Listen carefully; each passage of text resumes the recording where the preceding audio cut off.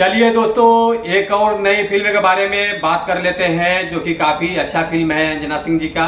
तो आप लोग वीडियो को लास्ट तक देखते रहें और जो लोग भोजपुरी बुढ़ हंगामा चैनल को अभी तक सब्सक्राइब नहीं किए हैं वो लोग सब्सक्राइब कर लीजिए। चलिए वीडियो को शुरू करते हैं। नमस्कार दोस्तों, मैं हूं सतीश।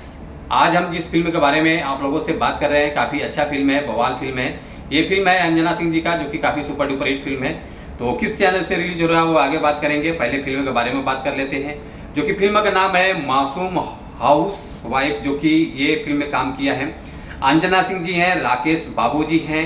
और जो कि ये फिल्म रिलीज हो रहा है 5 जुलाई शाम 6:30 बजे रिलीज हो रहा है।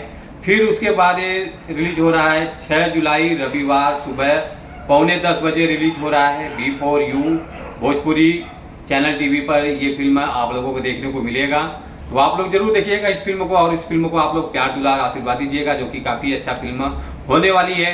जो कि ये फिल्म पहले पार्ट वाइज भी रिलीज हुआ है यूट्यूब पर, तो ये फिल्म आप लोगों को टीवी चैनल पर भी देखने को मिलेगा B4U भोजपुरी चैनल पर, डिश टीवी पर।